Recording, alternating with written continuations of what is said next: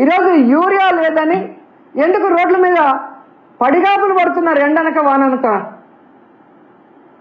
అడ్డదిడ్డంగా పెరిగిన అచ్చెన్నాయుడు వ్యవసాయ శాఖ మంత్రిగా ఉండి ఈ రాష్ట్రంలో రైతుల్ని నిట్ట నిలువున ముంచేసిన దౌర్భాగ్య పరిస్థితుల్లో నువ్వుండి జగన్మోహన్ రెడ్డిని అంటావా నుయ్యో గొయ్యో చూసుకోమని? ఒక వ్యవసాయ మంత్రిగా ఉండి రైతులకి ఈరోజు మద్దతు ధర ఇవ్వలేకపోయినందుకు నువ్వు తీసుకోవాలి నుయ్యో గొయ్యో, జగన్ కాదు. ఒక వ్యవసాయ శాఖ మంత్రిగా ఉండి ఈరోజు కేంద్రం ఇచ్చిన లక్షల టన్నుల యూరియాని రైతులకి అందకుండా బ్లాక్ మార్కెట్ లో అమ్ముకొని మింగేస్తుంటే దాన్ని కంట్రోల్ చేయాల్సింది పోయి నువ్వు కూడా వాటా తీసుకున్నందుకు నుయ్యో గొయ్యో చూసుకోవాలి, జగన్మోహన్ రెడ్డి గారు కాదు. నీ నియోజకవర్గంలో ఇచ్చాపురం గణపతి అనే వ్యక్తి యూరియా దొరక్క తాను సూసైడ్ చేసుకుంటూ ఒక వీడియో, సెల్ఫ్ వీడియో పెట్టాడు. నీ దౌర్భాగ్యమైన మంత్రి వల్ల ఎలాంటి పరిస్థితి ఆ రైతుకు వచ్చిందో చెబుతూ దానికి నుయ్యో గొయ్యో చూసుకోవాలి, జగన్మోహన్ రెడ్డి గారు కాదు. నీ శాఖలో ఉన్న అఫీషియల్స్ ఈరోజు రైతులకు సమాధానం చెప్పలేక మీ దోపిడీని చూడలేక కలెక్టర్ ఆఫీస్ ముందర ధర్నా చేశారు. సిగ్గుచేటు. దానికి నుయ్యో గొయ్యో చూసుకోవాలి, జగన్మోహన్ రెడ్డి గారు కాదు.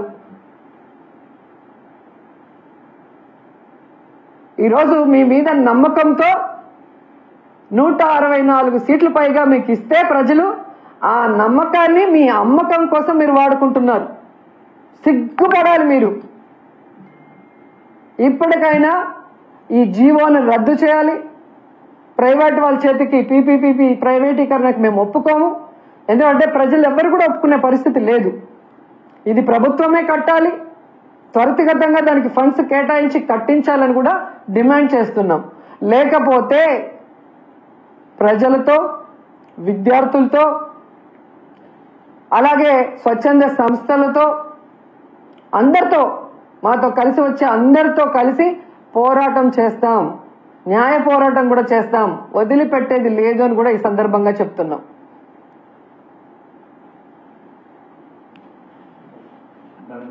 టూరిజం మంత్రిగా చేస్తున్నారు. ఈ రోజు ప్రైవేట్ టూరిజం హోటల్స్ కూడా టూరిజం ప్రైవేట్ పరంగా చేస్తున్నారు. ఈరోజు ఎంత దరిద్రంగా తయారైందంటే వీళ్ళు అమరావతి భూముల్ని అమ్మకం పెట్టేశారు, వైజాగ్ భూముల్ని అమ్మకం పెట్టేశారు, టూరిజం హోటల్ అమ్మకానికి, రోడ్ల అమ్మకానికి పెట్టేశారు, ఆఖరికి మెడికల్ కాలేజీలను కూడా అమ్మకానికి పెట్టేశారంటే వీళ్ళు ఎంత దిగజారిపోయారో ఒకసారి అర్థం చేసుకోండి. నాకు సీనియారిటీ ఉంది, విజన్ ఉంది, నేను సంపద సృష్టిస్తా అన్నాడు. రాష్ట్ర సంపదని దోచుకుంటూ సొంత సంపద సృష్టించుకుంటున్నారు తప్ప ఈరోజు మీరు ఎక్కడ రాష్ట్ర ప్రజల కోసం సంపద సృష్టిస్తున్నారు? ప్రభుత్వం మీ చేతిలో ఉంది, ఏమైనా చేయొచ్చని మీ ఇష్టానికి చేస్తున్నారు తప్ప ప్రజలకు ఉపయోగపడే ఒక కార్యక్రమమైనా చేస్తున్నారా? ఇవన్నీ అమ్మాల్సిన అవసరం ఎందుకు వచ్చింది?